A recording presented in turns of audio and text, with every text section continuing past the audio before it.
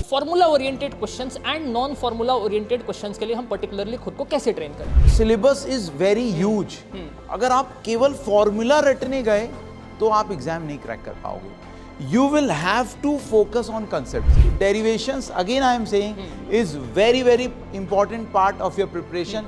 हर formula का derivation आपको समझ में आना चाहिए। जितना ज़्यादा रिवाइज करोगे उतना ज़्यादा आप मेमोरी को ट्रेन कर रहे हो चीज़ों को कॉल बैक करने के लिए।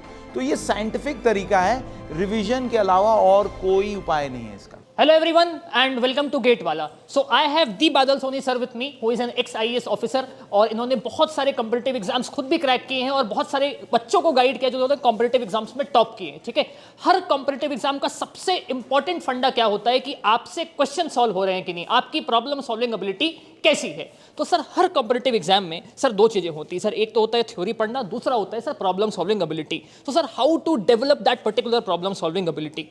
सर ये जो है सबसे पिक्यूलियर प्रॉब्लम है जो सब फेस करते हैं। समझ में सब कुछ आ रहा है बट एग्जाम वाले दिन क्वेश्चन नहीं सॉल्व हो रहे। क्यों क्वेश्चन नहीं सॉल्व हो रहे?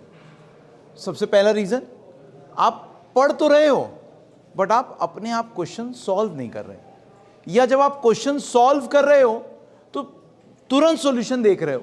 भाई अपने दिमाग को ट्रेन करना है कि सॉल्व मैं किस स्टेप बाय स्टेप करूं। अगर आप डायरेक्टली सॉल्यूशन देख लोगे तब आपने दिमाग की एबिलिटी को डेवलप नहीं किया क्वेश्चन सॉल्व करने के लिए।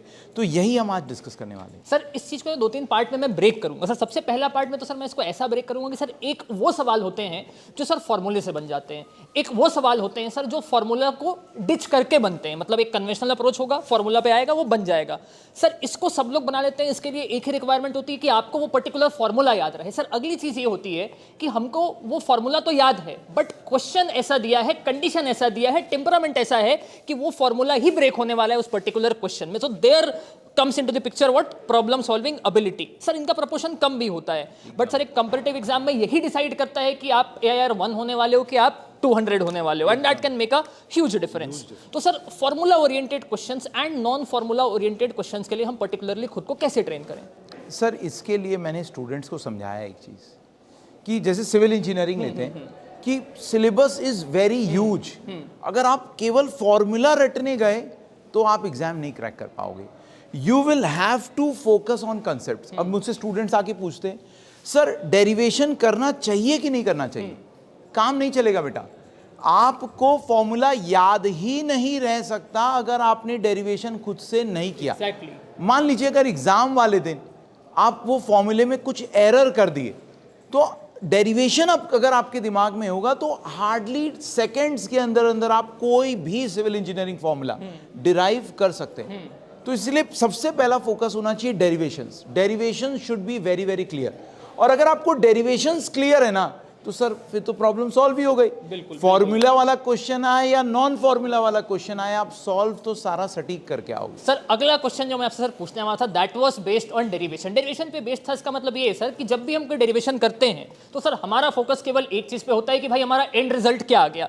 लेकिन सर जो इंटरमीडिएट स्टेप्स होते हैं एक डेरिवेशन करने के लिए, सर वो स्टेप शायद उस डेरिवेशन को लाने का एल्गोरिदम होता है। तो सर वो अगर हमने पूरा डेरिवेशन किया है तो सर वो एल्गोरिदम भी तो हमको क्लियर होता है। तो sir how important is that for us कि हम उस एल्गोरिदम को भी मास्टर करें, ना कि केवल एक फाइनल रिजल्ट को याद रखें। तो सर क्या डेरिवेशन इंपॉर्टेंट है? सर बहुत ज्यादा इंपॉर्टेंट है। Derivation is like a problem जिसको किसी और ने आपके लिए सॉल्व किया। एग्जैक्टली। अब उस प्रॉब्लम के ऊपर और प्रॉब्लम बन रही है। तो भाई पहले आपको जो एक मास्टर प्रॉब्लम है जब तक वही क्लियर नहीं है तो उसके बाद जो सबसेट प्रॉब्लम्स बन रहे हैं वो कैसे क्लियर होंगे? तो derivations again I am saying is very very important part of your preparation. हर फॉर्मूला का डेरिवेशन आपको समझ में आना चाहिए और जब तक समझ में नहीं आए तब तक वो चीज आपके नोट्स में आनी नहीं चाहिए। नहीं तो बेटा फिर आप नोट्स नहीं बना रहे हो, आप रद्दी इकट्ठी कर रहे हो, प्रिपरेशन के एंड में बस वो जाएगी। हाँ, फिर बाद में उसको आप बोलोगे भाई ये पूरा रद्दी एक जमा हो गया है मेरे पास, दैट वाज नॉट वर्थ। समझ के लिए पेज टू मार्क्स रेशो एक बहुत इंपॉर्टेंट चीज होती है कि सर आपने 1000 पन्ने पढ़ लिए, उससे आपके एक भी नंबर नहीं आ रहे, so that 1000 pages is of no use. But अगर सर आपने 5 पन्ने पढ़े और सर वो आपको एग्जाम के बाद 2 नंबर देके चल दिया तो that 2 number can do magic in your life, that can take you from IIT to PSU, from a bad PSU to a good PSU, कुछ भी कर सकता है आपके लिए। सर सेकंड चीज मेरे माइंड में ये थी सर कि हम प्रॉब्लम सॉल्व करते हैं तो प्रॉब्लम सॉल्व करना तो एक पार्ट है, बट सर प्रॉब्लम सॉल्व करने से कोई भी एग्जाम कभी नहीं निकलने वाला है। प्रॉब्लम लिमिटेड टाइम में सॉल्व करने से आपका एग्जाम जो है वो निकलने वाला है। तो सर ये जो टाइम मैनेजमेंट होता है वाइल सॉल्विंग प्रॉब्लम, सर ये कैसे करें? सर इसके लिए भी मेरे पास एक स्ट्रैटेजी है। हम इंजीनियर्स है ना सबसे ज्यादा आलसी होते हैं। Thank I agree. सबसे पहला काम करना है आपको कि अपने कैलकुलेटर को कोई ऐसी जगह छुपाओ जहां तक आप पहुंचोगे नहीं। Need is the necessity of everything, exactly. और need is the mother of all inventions. Exactly. तो बस मैं ये कहना चाहूंगा, सबसे पहले अपना कैलकुलेटर छुपाइए, कैलकुलेटर दिखना ही नहीं चाहिए, और आप जाके शांति से बैठ के प्रॉब्लम सॉल्व करिए। अब आप कैलकुलेटर हंट करोगे नहीं उस समय, अब अपने दिमाग को ट्रेन करोगे कि भाई बिना कैलकुलेटर के मैं उसको जल्दी जल्दी कैसे सॉल्व करूं। तो आपको फिर पता लगेगा कि आपको क्या क्या रिजल्ट्स याद करने हैं, जैसे स्क्वायर रूट 2, 3, 5, लॉग 2, 3, 5, बहुत सारे बेसिक नंबर्स है जो अपने आप आपको याद होने लग जाएंगे। कुछ रिजल्ट्स है वो अपने आप याद होने लग जाएंगे। बिल्कुल। तो भाई कैलकुलेटर से दूर रहिए, कैलकुलेटर से किसी दूर भी रहिए, हालत में। कैलकुलेटर से बहुत दूर रहिए। ये एक बहुत बड़ा इंस्ट्रक्शन है सर के साइड से, and I also agree to this particular point, क्योंकि अभी गेट के एग्जामिनेशन में वर्चुअल कैलकुलेटर इंट्रोड्यूस हो गया है and that is not easy to master. और दूसरा ये होता है कि भाई वो उतना एफिशिएंट भी नहीं है। अगर मैं बोलता हूँ जैसे भाई मैं इलेक्ट्रिकल इंजीनियरिंग का स्टूडेंट हूँ, जब मैं स्टूडेंट था और अभी मैं टीचर भी हूँ, तो I remember few of the fundamental values. जैसे मुझे पता है भाई log 2 का वैल्यू ln2 का वैल्यू कितना होता है, 0.693 होता है। tan इनवर्स 2 का वैल्यू कितना होता है, पावर फैक्टर हमेशा 0.6 या 0.8 आता है, तो उसका cos inverse 0.6, cos inverse 0.8, 53.8 degree, ये सारे नंबर्स मुझको याद हैं। तो सर एक सेट ऑफ नंबर्स होते हैं जो शायद आपके लिए कैलकुलेशन को आसान कर सकते हैं। तो सर वो एक बच्चे को शायद जज करते आना चाहिए कि भाई this numbers I should remember for life time. सिर्फ रिमेंबर नहीं, उसको एक पेपर में लिख के दीवार पे चिपका दो और रोजाना देखो।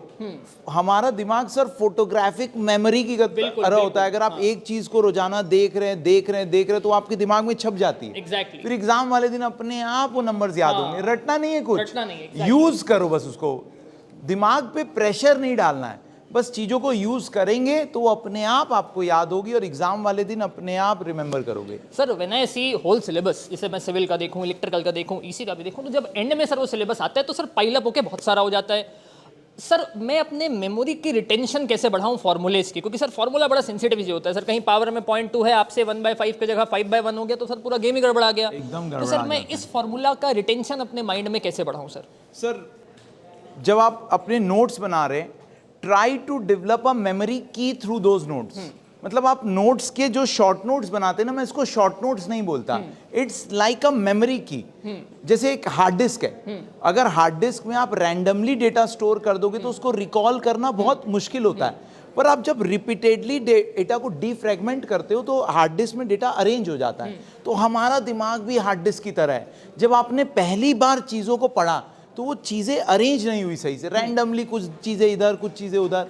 पर जैसे जैसे लगातार आप चीज़ों को रिवाइज करते जाओगे वो चीज़ कॉम्प्रेस होके जा रही है, तो दिमाग में ना सटीक रिकॉल करना ईजी हो जाता है। तो रिविजन इज द की। जितना ज़्यादा रिवाइज करोगे उतना ज़्यादा आप मेमोरी को ट्रेन कर रहे हो चीज़ों को कॉल बैक करने के लिए।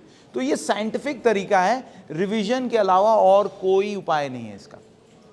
सर मैनुअल कैलकुलेशन, मेरे को लगता है कि आज के डेट में सर मैनुअल कैलकुलेशन बहुत इंपॉर्टेंट रोल प्ले कर रहा है गेट के एग्जामिनेशन में, क्योंकि पर्टिकुलरली सर कैलकुलेटर के ऊपर तो बहुत ज़्यादा कोई मास्टरी किसी की हो नहीं सकती, और सर उसमें बहुत सारी चीज़ें है भी नहीं which is used in our exam, है ना। तो सर एक मैनुअल कैलकुलेशन को स्ट्रॉन्ग करने पे हमें कितना फोकस करना चाहिए, और सर हमें ये फोकस किस इंस्टेंट पे लाना चाहिए? Like I am preparing for 1 year, तो सर क्या ये मैं पहले दिन से ही ट्राई करूँ और सर मेरा सिलेबस का बहुत सारा पार्ट हो जाए उसके बाद मैं इसको ट्राई करूँ? सर क्या करेक्ट टाइम है इस चीज़ को डेवलप करने का? देखिए, अगर आप अभी प्रिपरेशन स्टार्ट कर रहे हैं बाय चांस, तो अभी इसके ऊपर फोकस मत करिए।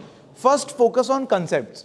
एक बार कंसेप्ट सही से हो जाए, मतलब इंजीनियरिंग से आपको प्यार हो जाए, उसके बाद तो सर फिर ये प्रॉब्लम सॉल्विंग स्किल्स है जो आप डेवलप कर ही जाओगे, 100% कर जाओगे। जब आपको नंबर्स के साथ खेलना आ जाएगा, आपको पता चल जाएगा यार ये आंसर सही है कि गलत है। You will have a knowledge, क्योंकि एक रफ अप्रोक्सीमेट वैल्यूज ना आपके दिमाग में होगी। लाइक मेरे से अगर कोई पूछे कि स्पेसिफिक ग्रेविटी ऑफ सॉलिड्स क्या होना चाहिए, तो मेरे दिमाग में idea it should vary between 2.6 to 2.8। अगर वो 2.0 आ रहा है तो समझ में आ जाएगा भाई कैलकुलेशन में कुछ तो भी एरर है, ग्लिच है करके। 3.2 आ रहा है तो भी है, समझ में आ जाएगा। तो भाई कंसेप्ट का जब नॉलेज होगा तो मैथमेटिकली तो आप खेल जाओगे, आराम से खेल जाओगे। तो यार ये बहुत कुछ फायदेमंद बात बादल सर ने आपको बताई जो आपके प्रॉब्लम सॉल्विंग एबिलिटी को बहुत ज्यादा इंप्रूव करेगी। और problem solving ability is the key to crack any exam, है ना। आप बहुत सारा थ्योरी पाइल अप कर लोगे, आप बहुत सारा कुछ पढ़ लोगे, बहुत सारे स्टैंडर्ड किताबें पढ़ लोगे, that is not going to make you successful. Of course that is going to make you knowledgeable, है ना। बट ये एग्जाम का फुल फॉर्म क्या है? Graduate aptitude test. तो it is at the end aptitude test, मतलब आपकी analytical ability कितनी ज्यादा डेवलप हुई है ना। आप एनालिटिकली कितना ज्यादा स्ट्रांग है, आप रीजन देने में कितना ज्यादा स्ट्रांग है, आप मैथमेटिकली कितना स्ट्रांग है, दैट प्लेस अ वेरी की रोल। एक लास्ट क्वेश्चन मैं बादल सर से पूछना चाहूंगा, क्योंकि सर ये प्रॉब्लम ना 2-3 ब्रांच वाले बहुत ज्यादा फेस करते हैं, एक सिविल इंजीनियरिंग वाले और एक इलेक्ट्रिकल इंजीनियरिंग वाले। क्योंकि सर बहुत सारे लोग ऐसे होते हैं सर जो सिविल में डिप्लोमा करके इंजीनियरिंग करने जाते हैं, बहुत सारे ऐसे लोग ऐसे होते हैं जो इलेक्ट्रिकल में डिप्लोमा करके इंजीनियरिंग करने जाते हैं। अब लाइक सर मेरे किसी भी सब्जेक्ट में I am not going to teach you integration, I am not going to teach you differentiation, लेकिन सर बहुत सारे क्वेश्चंस में इनका एप्लीकेशन होता है। तो सर डिप्लोमा के बच्चे बहुत ज्यादा प्रॉब्लम फेस करते हैं when it comes to basic mathematics. और सर बेसिक मतलब mathematics is any day a key और a tool to solve all the engineering problems. तो सर ऐसा बच्चा क्या करे जिसका सर बेसिक मैथमेटिक्स में ही थोड़ा सा गड़बड़ है? ये सर आप एकदम सही बोल रहे हैं। डिप्लोमा होल्डर्स के साथ I have faced a lot of problem, और सर मैंने इसका सॉल्यूशन बताया है, और जिन्होंने ये सॉल्यूशन इंप्लीमेंट किया है they are able to solve the GATE paper easily. एक ही ब्रह्मास्त्र है इसके लिए, वो ब्रह्मास्त्र क्या है?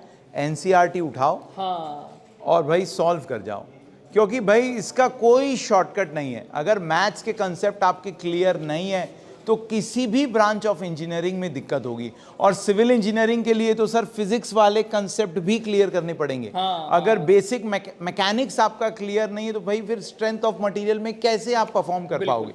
तो इसका कोई उपाय नहीं है बेटा, आपको बैक टू बेसिक्स जाना ही पड़ेगा, आपको एक बार एनसीईआरटी उठाना ही पड़ेगा। मतलब ये स्टेटमेंट मैंने इसलिए पूछा क्योंकि ना कोई भी ऐसा डायरेक्ट आके स्टेटमेंट नहीं देगा कि यू शुड डू दिस करके, है ना। सब बोलेंगे यार थोड़ा प्रैक्टिस कर लो, थोड़ा बेसिक इंटीग्रेशन डिफरेंशिएशन पढ़ लो, बट बादल सर ने ये बात बहुत सही बोली कि there is no shortcut to this thing, है ना।